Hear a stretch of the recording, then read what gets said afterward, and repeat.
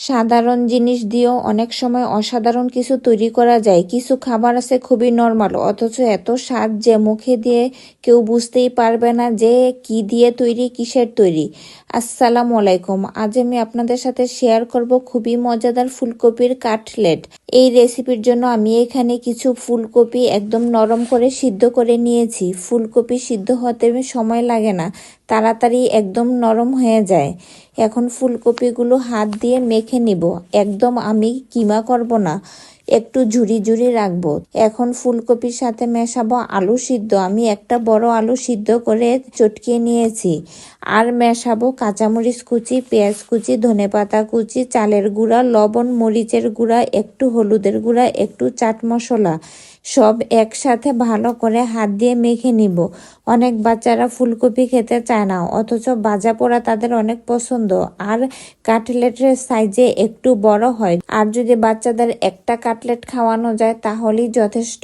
আগে একটা বানিয়ে দেখতে হবে কাটলেট বানানো যায় কিনা, কোনো শেপ দেওয়া যায় কিনা। যদি বেশি নরম মনে হয় তাহলে আরেকটু চালের গুঁড়ো দিয়ে দিব। আর যদি শক্ত মনে হয় তাহলে একটা ডিম ফেটে একটু একটু করে দিয়ে দিব। এখন দুই হাতের তালুতে তেল মেখে বিভিন্ন শেপ তৈরি করে নেব। গোল আর পাতা শেপ ছাড়া আমি আর কিছুই পারি না, তাই বড় বড় করে এই দুটি শেপই দিয়ে নিলাম। এভাবে বানিয়ে ডিপ ফ্রিজে রেখে দেওয়া যায় অনেক দিনের জন্য। আমি তো আমার মেয়ের টিফিনের জন্য একসাথে অনেকগুলো বানিয়ে রেখে দিই। শুধু টিফিন না, বাসায় কোনো মেহমান আসলো বিকালের টিফিনের জন্য আর কোনো চিন্তা করতে হবে না। এই তো আমি বড় বড় করে কাটলেটগুলো বানিয়ে নিলাম। এখন নিব কিছু ব্রেড ক্রাম্ব আর একটা ডিম ফেটে নিব। কাটলেটগুলো প্রথমে ডিমের গোলায় চুবিয়ে ব্রেড ক্রামে গড়িয়ে নিব। আমি এখানে ডাবল কোটিংও করব, আবার একবারও কোট করে দেখাবো। ডাবল কোট করলে প্রথমে ডিমে চুবিয়ে ব্রেড ক্রামে গড়িয়ে আবার ডিমে চুবিয়ে ব্রেড ক্রামে গড়াতে হবে।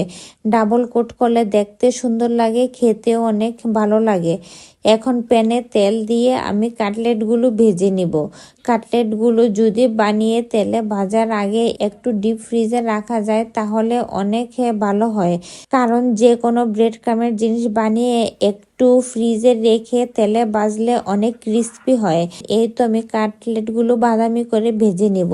সবগুলো ভাজা হলে সুন্দর করে সস দিয়ে বাচ্চাদের সামনে পরিবেশন করব। বাচ্চারা মুখে দিয়ে বুঝতেই পারবে না, বাচ্চারা কেন বড়রাও মুখে দিয়ে বুঝতে পারবে না যে এটা ফুলকপির তৈরি।